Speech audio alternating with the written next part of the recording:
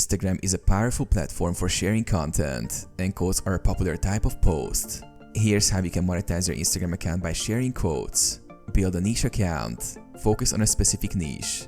Post regularly, ensuring your quotes resonate with your target audience, whether it's entrepreneurs, fitness enthusiasts, or people looking for inspiration. Grow your audience. Engage with your followers by responding to comments and direct messages. Use relevant hashtags and collaborate with other influencers to grow your following.